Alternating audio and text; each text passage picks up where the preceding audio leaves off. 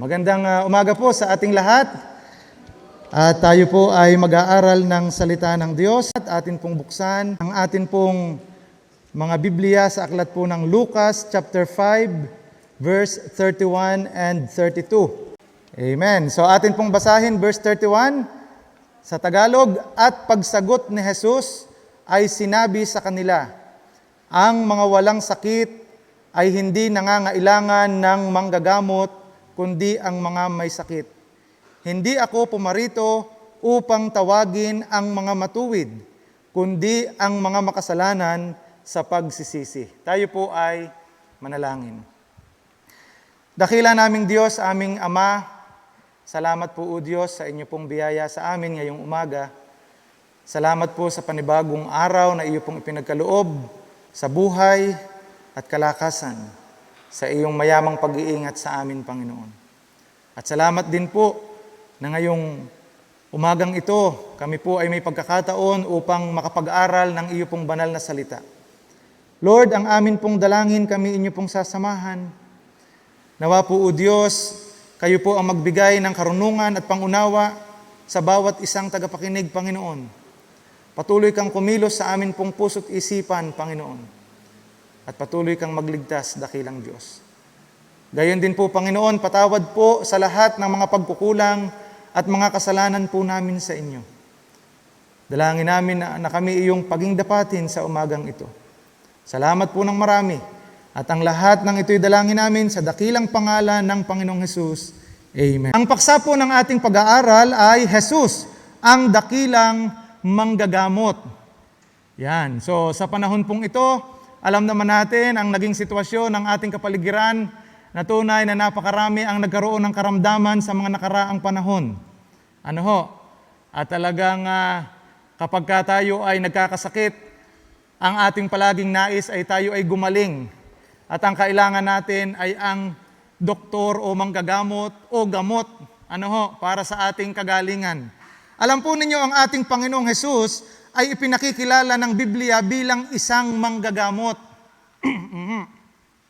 Sa katunayan, nung ang Panginoong Hesus ay nasa lupa at siya ay nangangaral, yung tinatawag na earthly ministry ng ating Panginoong Hesukristo, isa po sa ginawa ng ating Panginoong Hesus ay ang magpagaling ng sari-saring mga sakit o karamdaman. Mababasa po ninyo yan sa aklat ng Mateo, Marcos, Lucas, at Juan, sa sinasabing gospel books. At mababasa nga po natin sa aklat po ng Mateo chapter 4 verse 23 to 24 yung katotohanan o record ng Bible na talagang ang ating Panginoong Hesus ay nagpagaling ng sari-saring sakit. Ang sabi ng talatang ito, at nilibot ni Hesus ang buong Galilea na nagtuturo sa mga sinagoga nila at ipinangangaral ang ebanghelyo ng kaharian. At ano ang sabi? At nagpapagaling, inyong pansinin, nagpapagaling ng lahat. Sabi doon, ng lahat ng sari-saring sakit at ng lahat ng karamdaman na nasa mga tao. At lumaganap ang pagkabantog niya sa buong Syria at kanilang dinadala sa kaniya ang lahat ng mga may karamdaman at ang mga pinipighati ng sari-saring sakit at pahirap at ang mga inaalihan ng mga demonyo at ang mga himatayin at ang mga lumpo at sila'y pinagagaling niya. Talaga pong dakila ng ating Panginoong Hesukristo, kahit na anong pisikal na karamdaman ay kanyang napapagaling po. Sa katotohanan, mga minamahal, kung ating titingnan yung ilang mga record sa Bible ng mga aktual na pagpapagaling ng ating Panginoong Hesukristo, sa Mateo chapter 8 verse 1 to 3, makikita po natin diyan ang isang kitungin ay pinagaling ng ating Panginoong Hesukristo. Ang sabi ng talata, siya ay bumaba sa bundok at sinundan siya ng lubhang maraming tao ang ating Panginoong Hesus. At narito, lumapit sa kanya ang isang kitungin, sinamba niya ang Panginoong Hesus. At ano ang sabi doon? Nagsasabi, Panginoon, kung ibig mo ay maaaring malinis mo ako. Dahil nga po talagang laganap na laganap o bantog na bantog ang ating Panginoong Hesukristo, kabalitaan na ito'y nagpapagaling. At ang sabi ng kitungin ito, kung ibig mo ay kaya mo akong linisin. At ano ang ginawa ng Panginoong Hesus? Inuunat niya ang kanyang kamay. Siya'y hinipo. na nagsasabi, ibig ko, luminis ka. At pagdakay nalinis ang kanyang ketong. Ano ho? Talagang ang ating Panginoong Hesus ay nagpapagaling sa Mateo chapter 8 din, sa mga sumusunod na talata, sa verse 5 to 8. Ito naman ang isang senturyon, isang opisyal ng hukbong Romano, ay lumapit din sa Panginoong Hesus at siya'y namanhikan, nakiusap, patungkol naman sa kanyang alila, na meron ding karamdaman at sinabi niya, Panginoon, ang aking alila, sabi sa verse 6, ay nararatay sa bahay, lumpo at lubhang nahihirapan. Ang sabi ng Panginoon, ako'y pupunta sa inyo para siya'y pagalingin. Ano ang sinabi ng senturyon? Hindi nyo na ho kailangang pumunta sa aming bahay. Sabihin nyo lamang po, Panginoon, nagagaling ang aking alila at siya'y gagaling. At namanghanga ang Panginoong Hesus, aba, hindi ako nakakita ng ganyang kalaking pananampalataya. At ano ang nangyari sa verse 13? At sinabi ni Jesus sa senturyon, humayo ka ng iyong lakad at ayon sa iyong pagsampalataya ay gayon ang sa iyo'y mangyayari at gumaling ang kanyang alila sa oras ding yaon. Kahit hindi napuntahan ng Panginoong Hesus ng aktwal yung may sakit, pero sinabi lang ng Panginoong Hesus, gagaling ang iyong alilang may sakit. Gumaling ng oras na yon ang alila ng senturyon na ito. Nariyan din ang istorya ng isang babaeng inaagasan sa Mark chapter 5 verse 25 to 29. Na ang sabi ng kwento, 12 taon nang inaagasan. At ang sabi dito, siya'y napapahirapan na ng maraming mga bagay. At ang sabi doon, at ng mga manggagamot at nagugol na niya ang lahat ng kanyang tinatangkilik. Ubos na ang kanyang mga salapi. At hindi gumaling ng kaunti man, kahit kaunting improvement ay walang anumang pagbabago. Kundi bagkus lubha pang lumubha siya. Yan po ang naging sitwasyon. At nung marinig niya ang mga bagay tungkol kay Jesus, ay lumapit siya sa karamihan. Sa likuran ni Jesus ay hinipo ng babaeng inaagasang ito ang damit ng ating Panginoong Hesukristo. At ano ang nangyari? Sabi niya, kung mahipo ko man lamang ang kanyang damit, ay gagaling ako. No? At sabi sa verse 29, at pagdakay na ampat ang kanyang agas at kanyang naramdaman sa kanyang katawan na magaling na siya sa salot niya. Kita niyo po ang mga pagpapagaling na nangyari.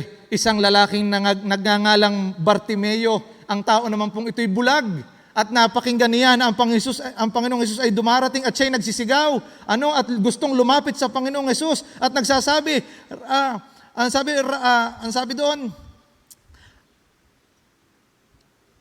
verse 49, napakinggan ng Panginoong Hesus ang lalaking ito at sabi, tawagin ninyo siya.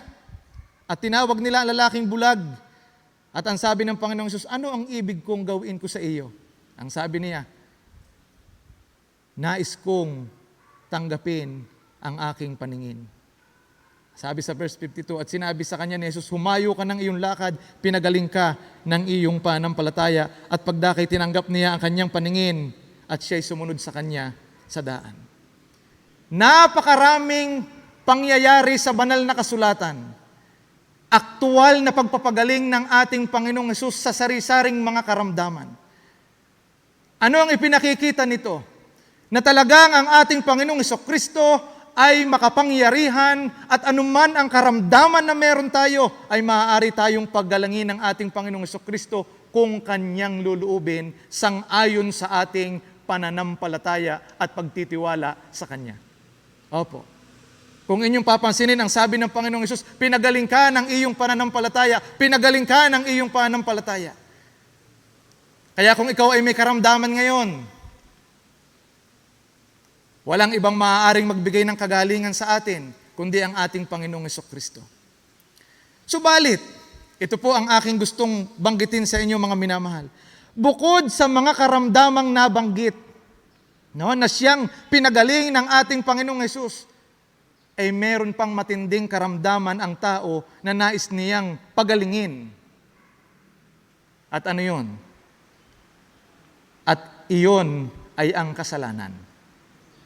Kung atin hong babalikan ang ating binasang mga talata, simulan natin sa verse 27 ng Lucas chapter 5, ano po ang sinasabi? At pagkatapos ng mga bagay na ito, siya'y umalis at nakita ang isang maniningil ng buwis na nagngangalang Levi na nakaupo sa paningilan ng buwis at sinabi sa kanya, "Sumunod ka sa akin." Yan po ang kwento. At iniwan niya ang lahat at nagtindig at sumunod sa kanya. Sumunod itong maniningil ng buwis na ito. No? At siya'y ipinagpiging ng malaki ni Levi sa kanyang bahay. At lubhang maraming maniningil ng buwis at mga iba pa na nangakasalo nila sa dulang. Ang dami, dahil nga maniningil ng buwis, di ang maraming mga colleagues nitong si Levi na ito, kapwa niya mga maniningil ng buwis, mga kaibigan. Ano? At saka doon sa handaang yon, sa okasyong yon, so maraming mga maniningil ng buwis ang kanyang kasama roon na nakikisalo, nakikipagkainan. And then, sa verse 30, at nangagbulong-bulungan ang mga Pariseo at ang kanilang mga eskriba laban sa kanyang mga alagad na nangagsasabi, "Bakit kayo nagsisikain at nagsisiinom na kasalo ng mga maniningil ng buwis at ng mga makasalanan?"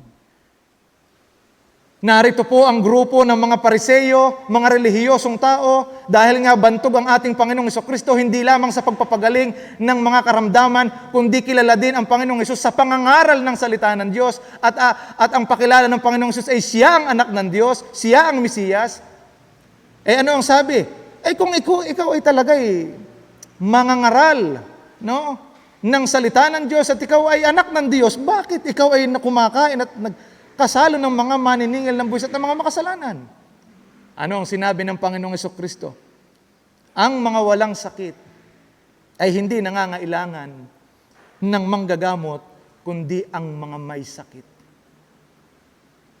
Inyong pansinin ang pangungusap ng ating Panginoong Jesucristo. Pero walang sinabing may kitungin doon sa okasyong yun. Walang sinabing merong paralisado doon. Walang sinabing mga bulag, itong mga bulag pisikal o pilay. Pero ang sinabi ng Panginoong Hesus, bakit ako sumasalo sa mga maniningil ng buwis? Sabi niya, ang mga walang sakit ay hindi nangangailangan ng manggagamot, kundi ang may sakit. And then pagdating sa verse 31 ay sinabi niya, 32, hindi ako pumarito upang tawagin ang mga matuwid, kundi ang mga makasalanan sa pagsisisi. So tila baga gustong iparating ng ating Panginoong Hesus na itong mga ito ay mga may karamdaman, itong mga ito ay mga makasalanan, kung kaya ako'y nakikisalo sa kanila, kung kaya ako'y lumalapit sa kanila, dahil kailangan nila ng manggagamot. Kung atin hong babalikan ang historical background sa panahong iyan, ano ang tingin ng mga tao sa mga maniningil ng buwis o tax collector? Sa ibang termino ay publikano. Mababasa po natin yan sa Bible, yung terminong publikano o tax collector, maniningil ng buwis. Sila po ay kinayayamutan ng mga Hudyo.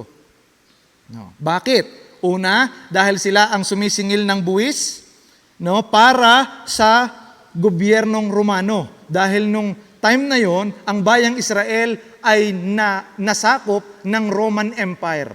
Yan. At syempre, hindi natutuwa ang mga Hudyo na sila ay na-under ng pagkasakop. Itong mga maniningil ng buwis na ito ang taga-kolekta pa at taga-dala doon.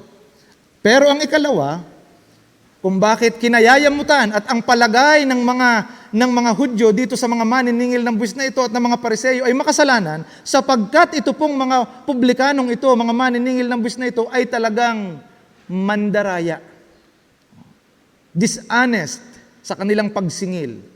Sa madalit sabi, kung gagamitin natin ang termino sa panahong ito ay mga korap, mga magnanakaw ng kaban ng mamamayan.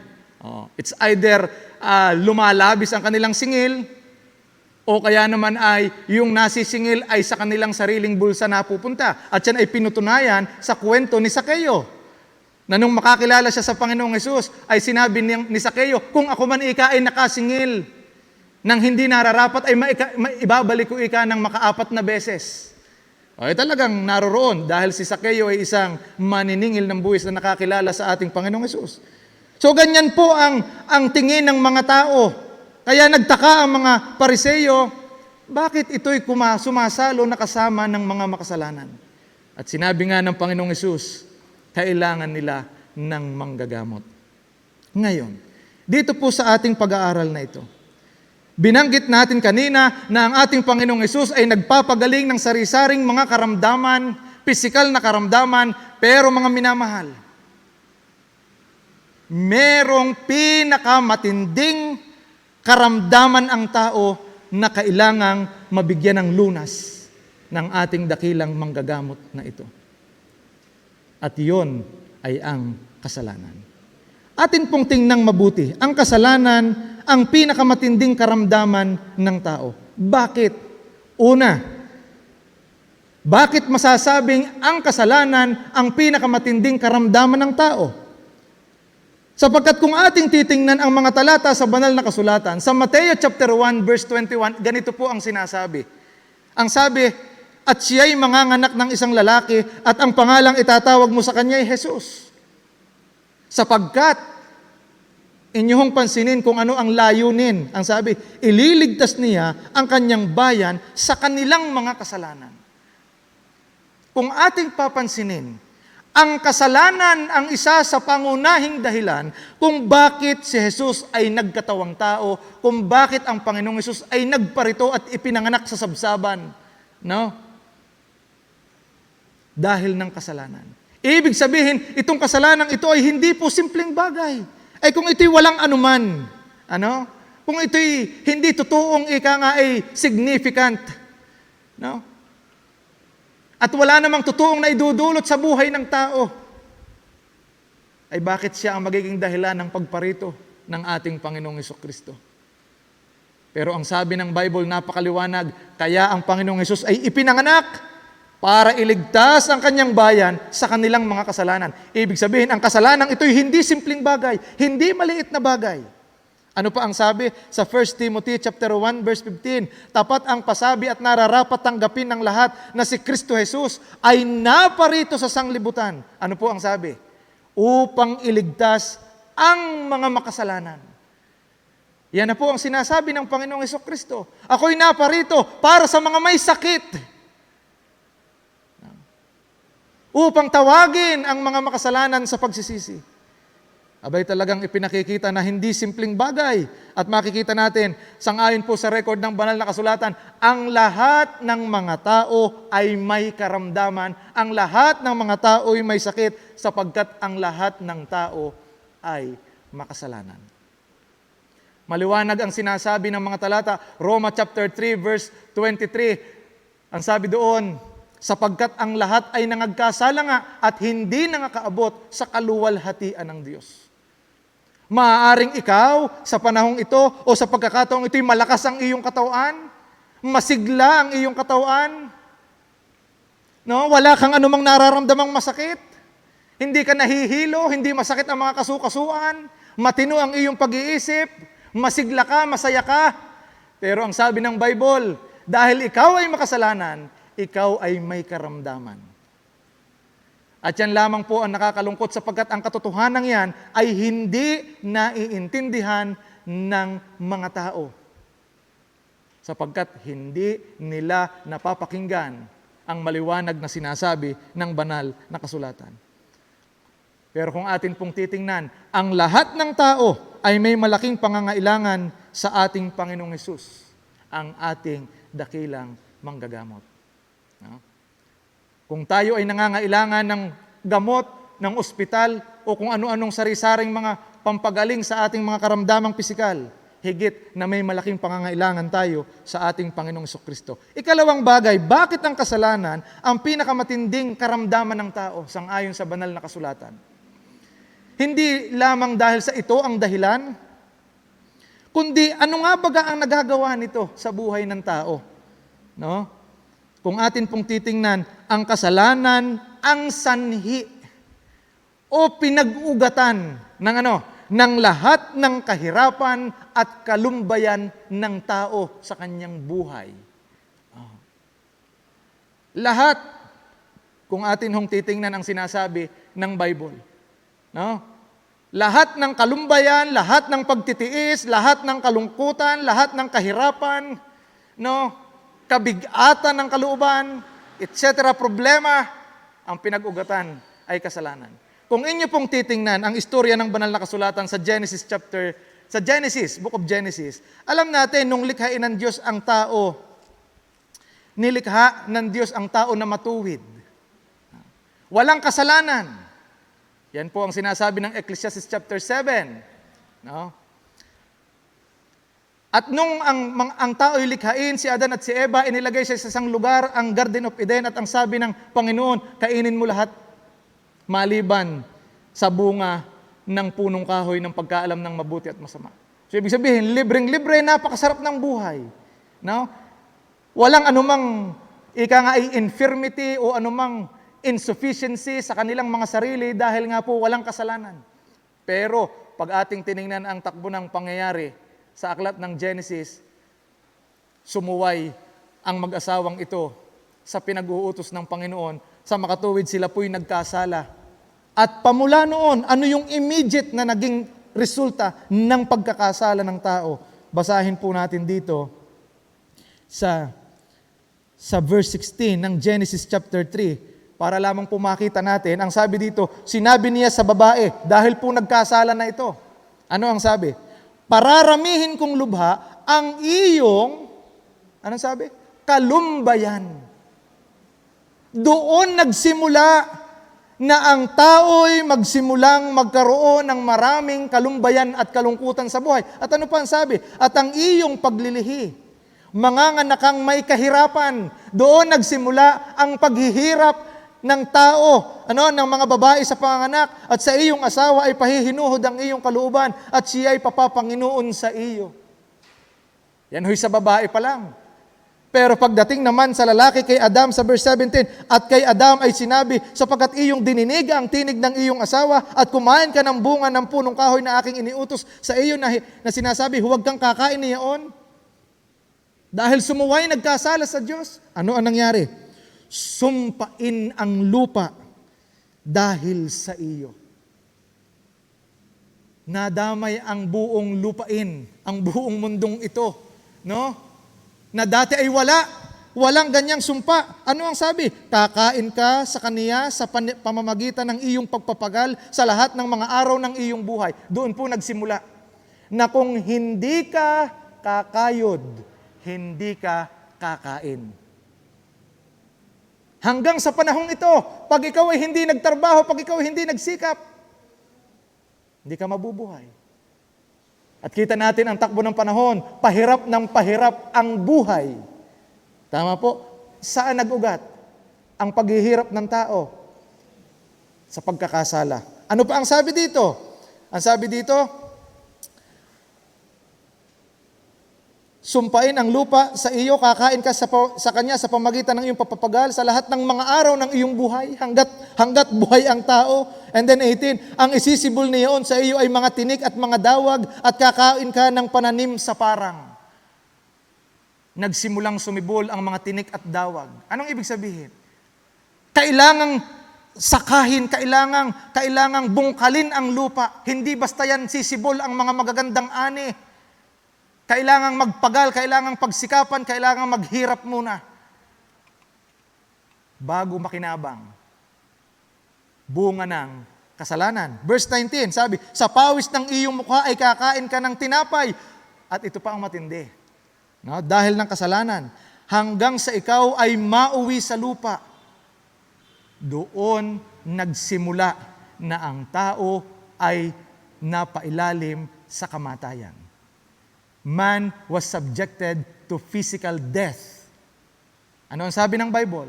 Hanggang sa ikaw ay mauwi sa lupa, sapagkat di yan ka kinuha, sapagkat ikaw ay alabok at sa alabok ka uuwi. Kung ating titingnan na sinasabi ng Bible, napakaliwanag. Bakit ang tao ay naghihirap? No? Bakit ang tao ay tumatanda? Bakit ang tao ay nagkakasakit physically? Bakit ang tao ay namamatay? At wala tayong magagawa doon kahit na anong ating gawin, kahit na anong napakaraming mga food supplement at mga kung ano-ano pang inumin natin diyan at mga itinuturok pa diyan at kahit pa ilang beses kang pumunta sa ospital at sa mga manggagamot, hindi natin maiiwasan ang katotohanan na talagang tayo'y tatanda, manghihina at isang araw ay mamamatay dahil ng kasalanan. Yan ang nangyari. Kaya sabi sa 1 Peter, ano ang sabi doon? Ang lahat ng laman ay gaya ng damo at ang kanyang karangalan ay gaya ng bulaklak ng damo. Ang damo'y natutuyo at ang bulaklak ay nalalanta. Dahil ng kasalanan. Pero bukod po diyan sa mga katotohanan yan, ano pa ang nagagawa ng kasalanan, mga minamahal? Ito po ang matindi. Romans chapter 7, verse 11. Tingnan ho natin ang ilan ang mga nagagawa pa ng kasalanan bukod doon sa sinabi kong mga kahirapan. Kung bakit itong kasalanan ito'y matindi. Ito ang pinakamatinding karamdaman ng tao na kailangan ng pagpapagaling ng ating Panginoong Jesucristo. Sabi ng Roma chapter 7 verse 11, sapagkat ang kasalanan nang makasumpong ng pagkakataon, ano ang ginawa ng kasalanan? Ay dinaya ako sa pamamagitan ng utos. At sa pamamagitan nito ay pinatay ako. Alam po ninyo, ang kasalanan ay mandaraya. Anong ibig sabihin?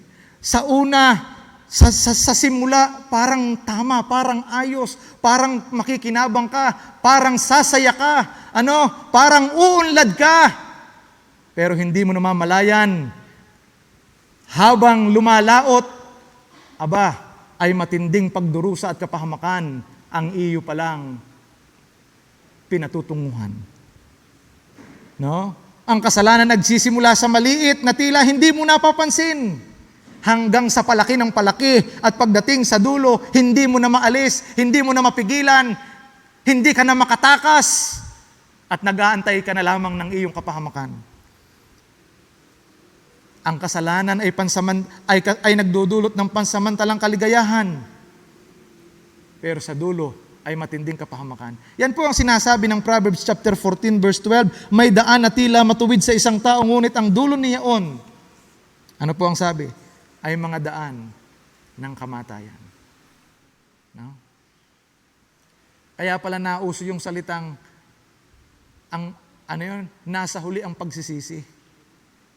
Dahil dun mula ang na-realize, sala pala yung nagawa ko, dahil nadaya tayo ng kasalanan. Ano pa po ang sinasabi dito? Ang kasalanan, hindi lamang nandaraya at pumapatay. Ano ang sabi ng John chapter 8 verse 34? Sinagot sila ni Jesus, katotohanang sinasabi ko sa inyo. Anong sabi? Ang bawat nagkakasala ay alipin ng kasalanan. Ang pinakamatindi pa pong nagagawa ng kasalanan ay yung ikaw ay naaalipin, wala kang magawa. Kaya pag inyong tiningnan, we are aware, most of the time, na mali ang ating ginagawa. Tama po. Kagaya ng mga nagbibisyo, sa totoo, sa kaibuturan ng kanilang puso't isipan, they know that those things that they are doing are wrong. Pero wala silang magawa na makaalis doon. Tama po? Bakit? Ano ang sabi? Alipin. Pag ating tinignan ang pahayag ni Apostol Pablo sa Romans chapter 7, verse 14 to 24, ang sabi ni Pablo mismo, at siya, pinakita niya dito kung gaano katindi itong kasalanan na ito. Ang sabi, sapagkat nalalaman natin ang kautusay sa Espiritu, ngunit ako'y sa laman na ipinagbili sa ilalim ng kasalanan. Yan ang sabi. Tayo'y makasalanan, sabi ni Pablo. At siya sa kanyang sarili, ginawa niyang halimbawa kanyang sarili. Ano ang nagagawa ng kasalanan? Ang sabi sa 15, sapagkat ang ginagawa ko'y hindi ko nalalaman, sapagkat ang hindi ko ibig, sapagkat ang hindi ko ibig, ang ginagawa ko. Datapwat ang kinapuputan ko, yaon ang ginagawa ko. 16, ngunit kung ang hindi ko ibig, ang siyang ginagawa ko, ay sumasang-ayon ako na mabuti ang kautusan. Kaya ngayon hindi ako ang gumagawa nito, kundi ang kasalanang tumitira sa akin. Kita po ninyo mga minamahal. Talagang dumarating sa pagkakataon ng ating buhay, kahit alam nating mali, ano ga ito? Hindi ko mapigilan. Kahit alam nating mapapahamak tayo sa dulo, tayo mamamatay, tayo magkakasakit. Ano ito? Gusto ko pa rin gawin. Napakatinding karamdaman ng tao. Karamdaman ng kaluluwa ng tao. Ito pa po ang sabi ng ilan pa. Bukod sa ito'y nandaraya, pumapatay ng aalipin. Ephesians chapter 4 verse 18, ang sabi dito, na sa kadiliman ng kanilang pag-iisip ay nangahiwalay sa buhay ng Diyos. Dahil sa kahangalang nasa kanila, dahil sa pagmamatigas ng kanilang puso. Anong ating makikita doon? Sabi sa English, their eyes being darkened. No? Ano ang nagagawa ng kasalanan? Ang kasalanan ay bumubulag at nag-aalis ng katinuan sa tao. Kaya minsan ikaw ay makakita mo, maling-mali, pero bakit ipinaglalaban? No? Bakit nilalaban ng patayan, nilalaban ng bangayan, ginagawa ng lahat ng paraan para maitayo yung kamalian na yan. No? Sabi ng Bible, binulag ng kasalanan ang ating pag-iisip, ang ating mga puso. At mas matindi ito sa Ecclesiastes chapter 9 verse 3. Ang sabi, ito'y isang kasamaan sa lahat na nalikha sa ilalim ng araw, na may isang pangyayari sa lahat. Oo, gayon din ang puso ng mga tao ay puspos ng kasamaan. At inyong pansinin ang naging resulta. At kaululan ang nasa kanilang puso habang sila'y nangabubuhay. At pagkatapos niyaon ay napatutungo sa pagkamatay. Kung inyong iisiping mabuti, bakit yung matuwid at banal ang siyang nilalayuan ng tao? Inyong pansinin. Bakit yung sa Panginoon ang ayaw ng tao? Bakit kung alin yung masama at nagdadala sa tao sa kapahamakan, sa pagkakasakit, sa kahihiyan, ay siya yung hinahanap-hanap at kinagigiliwan ng tao? Isang katibayan na binulag ng kasalanan ang ating puso't isipan. Mga minamahal. Antinding karamdaman. Ito pa ang sabi, ang kasalanan ang siyang nagpaparumi sa tao. Sa mata ng Diyos, ano tayo? Marumi dahil ng ating mga kasalanan. Mark chapter 7 verse 21 to 23, binanggit po diyan ang mga kasalanan at ang sabi doon ay siyang lumalabas sa ating puso, ang mga kasakiman, mga kasamaan, pagdaraya, kalibugan. At ang sabi doon, yung mga bagay na ikang na yan, ang siyang nakakahawa sa mga tao. At ang pinakamatindi, mga minamahal, kung bakit itong kasalanan na ito ang pinakamatinding karamdaman ng tao, higit sa ketong, higit sa pagkabulag, higit sa pagkaparalisa, at kung ano-ano pa, higit sa COVID-19, higit sa diabetes, higit sa cancer, higit sa high blood, at kung ano-ano pa. Itong kasalanan ito ang pinakamatindi. Bakit? Dahil ang kasalanan ang siyang nagdadala sa tao sa pagkabulid sa impyerno. Opo. Ano ang sabi ng Romans chapter 1 verse 18? Sapagkat ang puot ng Diyos ay nahayag mula sa langit laban sa lahat na kasamaan at kalikuan ng mga tao na mga sinasawata ang katotohanan ng kalikuan. Dahil ng kasalanan kung bakit ang Diyos ay may galit, kung bakit ang Diyos ay masama ang loob.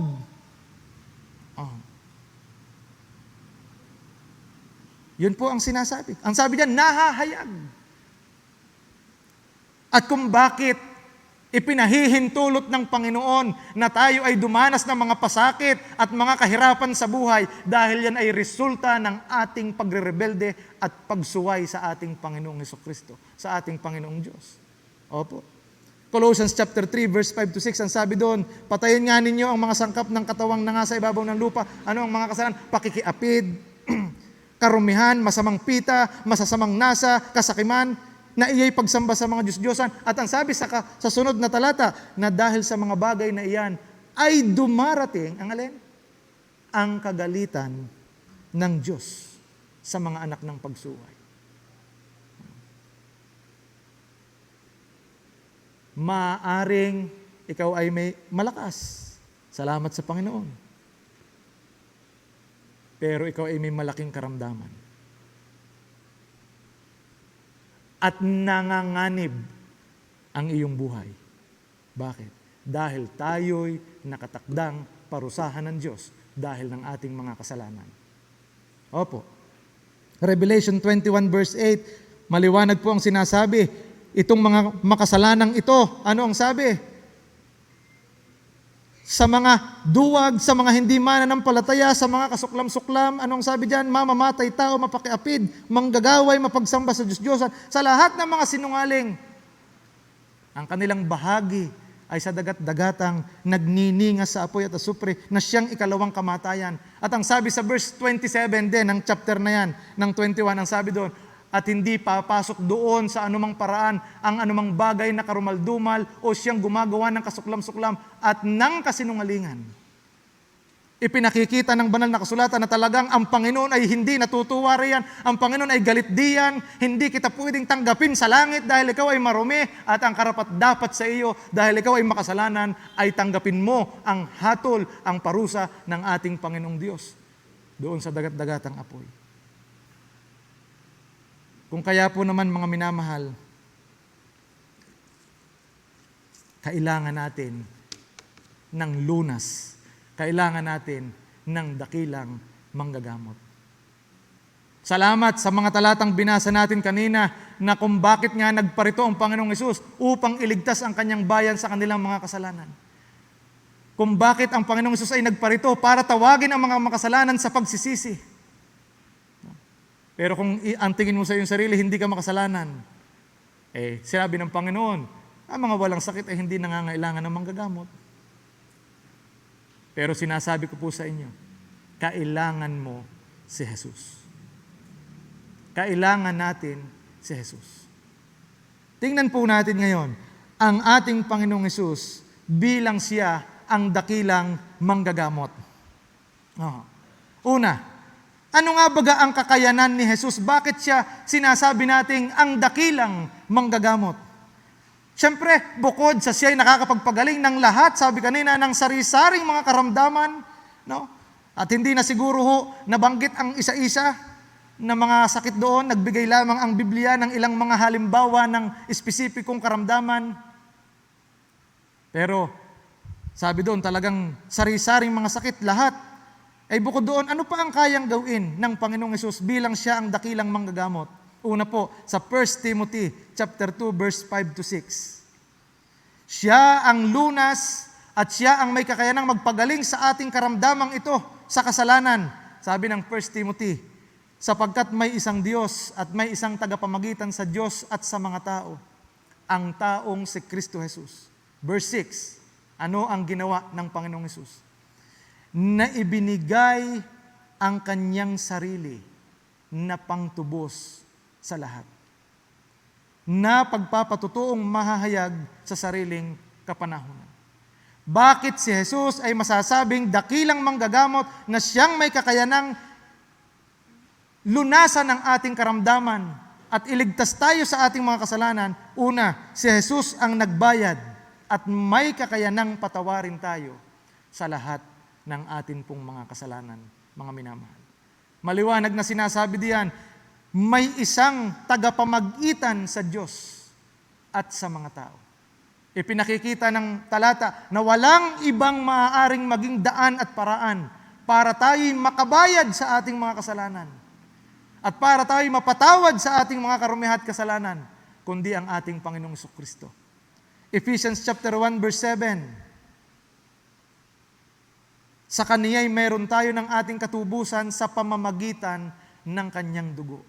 Mga minamahal, alam po ninyo, kung tayo sa ating sarili ang magbabayad ng ating kasalanan at sasabihin natin, aking babayaran ng aking kasalanan, abay maliwanag po ang sasabihin ng Bible sa atin, ang kabayaran ng kasalanan ay kamatayan, dagat-dagatang apoy. Opo. Kung tayo ang magbabayad, ay walang ibang pupuntahan tayo kundi ang dagat-dagatang apoy, ang kaparusahan ng Diyos. Pero salamat sa Panginoon, dahil sa pagnanais niya na ayaw niyang tayo'y mapaparoon, siya'y gumawa ng paraan. Ang sabi ng talata, ang sabi sa verse 6, ibinigay niya ang kanyang sarili na pangtubos sa lahat, pangbayad sa lahat ng ating mga kasalanan. Pero hindi lamang yon. Bakit si Jesus ang dakilang manggagamot at kaya tayong pagalingin at iligtas sa ating mga kasalanan? Ang sabi, 1 John chapter 3 verse 5, at nalalaman ninyo na siya'y nahayag upang mag-alis. Yan po, hindi lamang bayaran ang ating atraso, ang ating utang, hindi lamang para patawarin ka. Ang sabi ng talata, siya'y nahayag, si Kristo'y nagparito, si Kristo'y ipinanganak, si Kristo'y napako sa krus, si Kristo'y namatay, inilibing at nabuhay na maguli. Ano ang dahilan? Upang mag-alis ng mga kasalanan. Bakit? Dahil si Kristo'y walang kasalanan. Siya lamang ang tanging qualified, may kakayanan na linisin tayo sapagkat siya sa kanyang sarili ay malinis. Ang akala ng iba, ako ang mag-aalis ng kasalanan ko, ako ang maglilinis ng kasalanan ko, gagawa ako ng mabuti, sisimba ako, magbibigay ako, at kung ano-ano pa mga pagpapasakit at sakripisyo ang gagawin ko. At pag nagawa ko ito, ay siguro na mawawala na ang kasalanan ko at tatanggapin ako ng Panginoon doon sa langit. Pero hindi po. Bakit? Sapagkat ikaw ay makasalanan pa rin. Kahit gaano katindi ang kabutihang ginagawa mo, hindi mo mayalis ang katotohanan na palaging ikaw ay nagkakasala sa isip, sa salita at sa gawa, sa bawat araw na lumilipas sa iyong buhay. Kung kaya nga ang ating makikita diyan, ang ating lamang nagagawa, hindi bawasan. Bakit? Yung nagawa natin kahapon, nagawa na yon, hindi mo na mabubura. Ang nagagawa natin ay dagdagan ang ating kasalanan. Pero salamat, sabi ng talata, si Jesus ang may kakayanang mag-alis ng ating mga kasalanan. Sabi ng John 1:29, nakita ni Juan Bautista ang Panginoong Jesus na dumarating. Ano ang sabi niya? Narito, si Jesus ang tinutukoy, ang kordero ng Diyos na nag-aalis ng kasalanan ng sanlibutan. Kung kaya natin masasabing si Jesus ang dakilang manggagamot, si Jesus ang kayang pagalingin tayo sa karamdaman ng ating mga kaluluwa, kaya niyang alisin ang ating kasalanan. Ano pa ang sabi? 2 Corinthians 5:17, ano pa ang kakayanan ni Kristo? Kaya't kung ang sino man ay na kay Kristo, siya'y bagong nilalang. Hindi lamang kayang baguhin, hindi lamang kayang bayaran, hindi lamang kayang alisin. Ano ang sabi? Kayang baguhin ni Jesus ang buhay mo. Yes. Sabi natin kanina, ano ang nagagawa ng kasalanan? Bakit ito ang pinakamatinding karamdaman? Inaalipin tayo, wala tayong magawa. Pero pag nakilala mo si Kristo, pag tinanggap mo si Jesus sa buhay mo, at pinagtiwalaan mo si Kristo bilang Panginoon tagapagligtas, ang iyong dakilang manggagamot, mga minamahal, kahit gaano ka kasama, kahit gaano kalaki ang iyong kasalanang nagagawa, kaya kang baguhin ni Kristo. Yes, mga minamahal. At napatunayan niya ng banal na kasulatan, mismong si Apostol Pablo, ang sabi niya, ako ay mamamatay tao. Maraming mga tao na nagpatutuo. At isa ako doon sa binago ng ating Panginoong Jesucristo. Sabi ng talata, kung ikaw ay na kay Kristo, magiging bagong nilalang ka. At hindi lamang yon, ano pa? Si Jesus ang may kakayanang magbigay ng buhay na walang hanggan. Yes, maaaring sa lupang ito, sabi ng Bible, hindi natin maiiwasan na talagang tayo tatanda at lilipas din ako. Ano? Pero ano ang sabi ng Bible? Isang araw tayo mamamatay, wala tayong magagawa. Dahil nga tayo nagkasala. Pero, ang sabi ng Bible, John 10:28, at sila'y binibigyan ko ng walang hanggang buhay. At kailan may hindi sila malilipol. At hindi sila aagawin ng sinuman sa aking kamay. Yan ang kayang gawin ng ating Panginoong Hesus bilang dakilang manggagamot. Ano? Hindi lamang kayang linisin ka, patawarin ka, alisin ang iyong kasalanan, baguhin ang iyong buhay.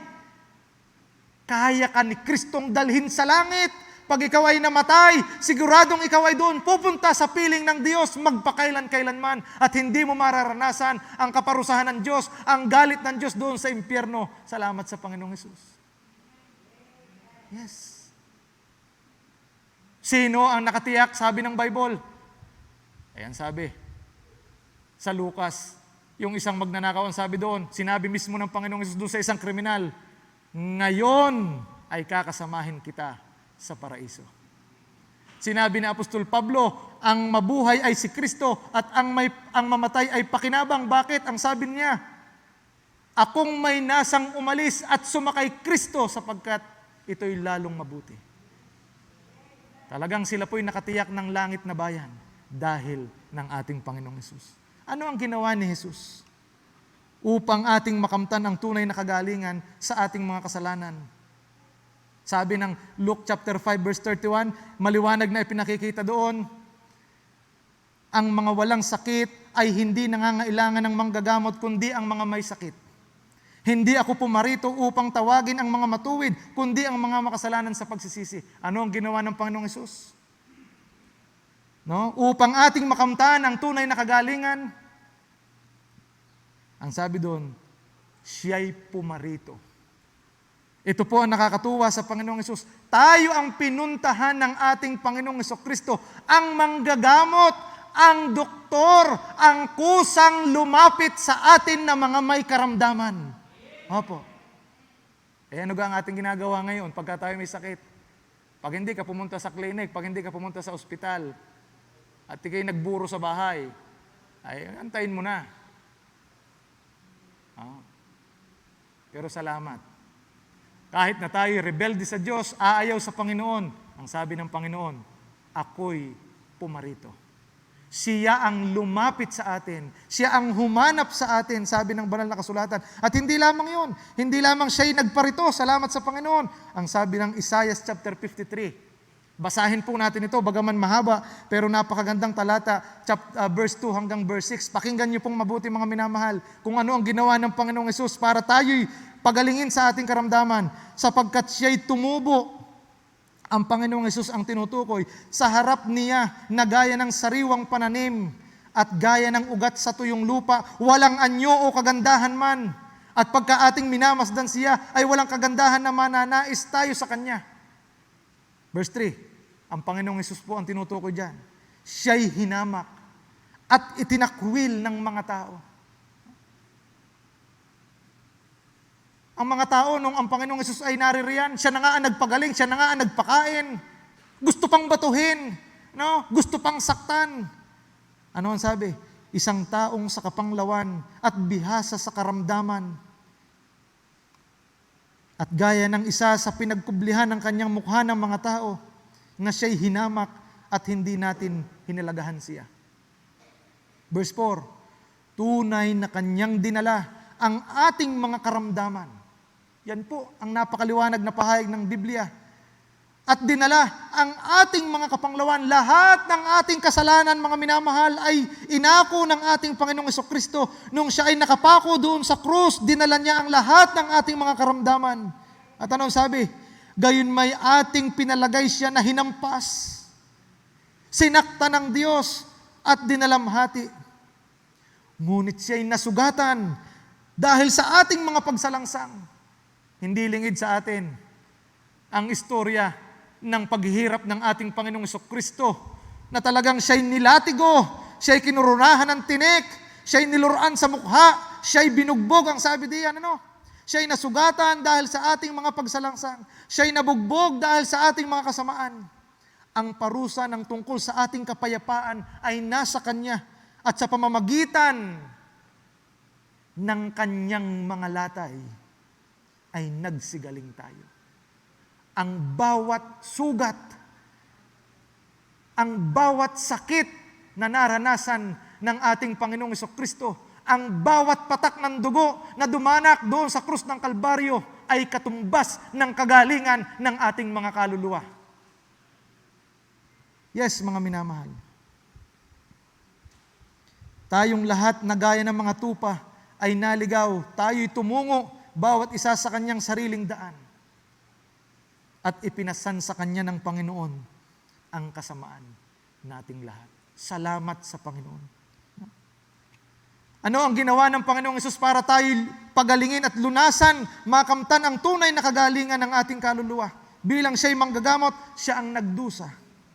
Siya ang napako sa krus. Siya ang namatay upang tayo ay iligtas. 1 Peter chapter 2 verse 24, na siya rin ang nagdala ng ating lahat ng mga kasalanan sa kanyang katawan sa ibabaw ng kahoy, doon po sa krus, upang pagkamatay natin sa mga kasalanan, ay mga buhay tayo sa katuwiran, na dahil sa kanyang mga sugat, ay nagsigaling tayo. At ano pa ang sabi? Ano pa ang ginawa ng Panginoong Hesus? Hindi lamang siya nagdusat na matay, mga minamahal. Si Jesus ay nabuhay na mag-uli. Hindi na natiling patay ang dakilang manggagamot. Hindi na natiling patay ang ating Panginoong Hesukristo.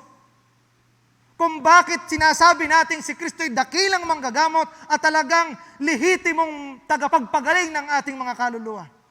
Dahil pinagtagumpayan niya ang kamatayan. Siya'y nabuhay na mag-uli. Ang sabi ng 1 Corinthians 15:55-57, saan naroon o kamatayan ang iyong pagtatagumpay? Saan naroon o kamatayan ang iyong tibo? Ang tibo ng kamatayan ay ang kasalanan. At ang kapangyarihan ng kasalanan ay ang kautusan. Datapot salamat sa Diyos na nagbibigay sa atin ng pagtatagumpay sa pamamagitan ng ating Panginoong Hesukristo.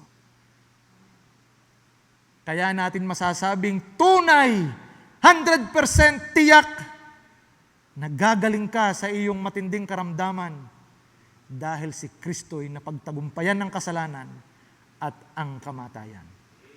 Salamat sa Panginoon. Yes, mga minamahal. Ngayon, ano ang kondisyon ng ating Panginoong Hesus?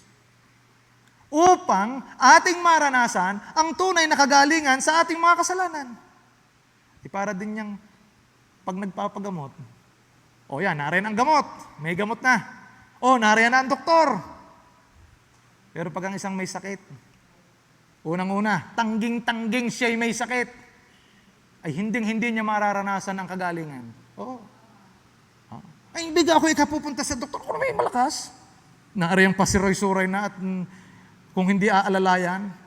No? Pero hindi ako na may ayos bakit di ako magpapagamot? Bakit di ako magpapadala sa ospital? Ano ang kondisyon ng ating Panginoong Hesukristo? Una, kailangan nating magsisi at magbalik loob sa Diyos.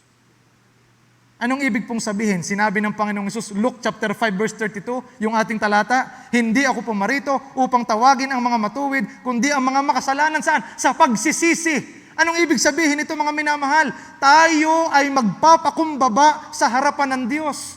No? Ating tunay na aaminin sa harapan ng Panginoon, Lord, ako nga po'y may karamdaman. Ako nga po'y may sakit, Panginoon. Ako nga po'y nagkasala sa iyo, Panginoon. Ako nga po'y sumuway. Ako nga po'y nagrebelde, lumapastangan sa iyo, Panginoon. Ako po'y mapapahamak, Panginoon. Kung kaya ako'y lumalapit sa iyo. Kailangan kita bilang ikaw ang aking manggagamot. Yes. Pero kapag ang isang tao'y hindi umamin at hindi nagpakumbaba at hindi talaga lumapit sa Diyos, hindi niya mararanasan ang lunas na ibinibigay ng ating Panginoong Hesus. Sabi ng Lucas chapter 13, ang Panginoong Hesus mismo mga sabi doon, ganito ang sinasabi, atin na lang ang paikliin. Ang sabi niya dito sa verse 3, sinasabi ko sa inyo, hindi, datapwat, malibang kayo mangagsisi. Inyong pansinin, malibang kayo mangagsisi, ay mga mamatay kayong lahat sa gayon ding paraan. Opo. Meron din yung mga taong nakaranas ng kamatayan. Ang akala nung iba, kaya yun ang mga namatay dahil makasalanan yun. Sabi ng Panginoon, kayo din. Mamamatay din kayo kung hindi kayo magsisisi at magbabalik loob sa Diyos. Kung hindi mo aaminin ikaw ay may sakit, hindi mo mararanasan ang lunas. Ikalawang kondisyon ng ating Panginoong Hesus, pananampalataya sa Kanya. Ano ang sabi ng John 8:24? Ang Panginoong Hesus din ang may sabi, sinabi ko nga sa inyo, na kayo'y mga mamatay. Ang mismong sabi ng Panginoong Hesus yan. Sinabi ko nga sa inyo, na kayo'y mga mamatay sa inyong mga kasalanan, sapagkat malibang kayo'y magsisampalataya, na ako nga ang Kristo, ay mga mamatay kayo sa inyong mga kasalanan. Para ding sa atin. Yan na ang gamot. Yan na ang doktor. Pero pag hindi ka naniwala riyan at hindi mo yan ininom, dahil hindi ka sampalataya ikaw duda Pag hindi mo ininom yan, pag hindi mo tinanggap yan, walang bisang mararanasan ang iyong katawan. Ganon din po, kung hindi mo tatanggapin si Kristo sa iyong buhay, kung hindi mo pagtitiwalaan na tanging siya ang may kakayanang baguhin ka, linisin ka, patawarin ka, at bigyan ka ng buhay na walang hanggan, hindi mapapasa iyo ang lunas na ibinibigay ng Panginoong Hesus. Kaya mga minamahal, kailangan nating magsisi. Magbalik loob sa Diyos at tanggapin si Jesus. Sa huli, si Jesus ang dakilang manggagamot. May nabasa akong artikel. Ang sabi dito, ipinakikilala si Jesus na talagang manggagamot nga po. Bakit daw? Kasi, alam nyo ga po, ang Panginoong Hesus daw ay orthopedist. Bakit? Because He made the lame to walk again. Jesus was an internist because He healed people with dropsy. Jesus was an ophthalmologist because He made the blind to see. Jesus was a neurologist because He cured a man with palsy. Jesus was ENT specialist, ear, nose, throat. Bakit? Because He caused the deaf to hear. Jesus was an infectious disease, kung kailangan ngayon. Specialist, an infectious disease specialist, because He cured leprosy. Ketong. Jesus was a pediatrician. Bakit po? Because He said, let the little children come to me. And, ito naging dahilan kung bakit siya ay dakilang manggagamot. And Jesus is the Savior because He saves us from our sins. Tayo po ay manalangin. Dakilang Diyos, aming Ama, salamat po sa iyong biyaya. Salamat po sa iyong mga salita. Tunay po, O Diyos, kaming lahat ay makasalanan. Kaming lahat ay may karamdaman. At wala sa aming kamay, wala sa aming kakayanan para ito'y malunasan, dakilang Diyos.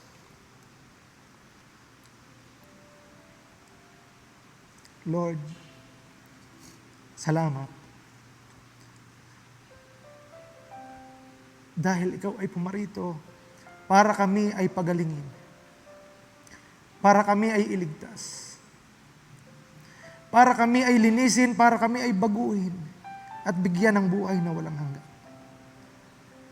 Maaaring sa mga pisikal na karamdaman kami gumagaling dahil pa rin ninyo. Pero isang araw hindi namin maiiwasan na kami ay mamamatay pa rin sa buhay na ito. Pero Lord, salamat. Dahil may kaligtasan, may katubusan kang ipinagkakaloob. Lord, sa mga oras na ito, dalangin ko po, kumilos ka sa puso't isipan ng aming mga tagapakinig.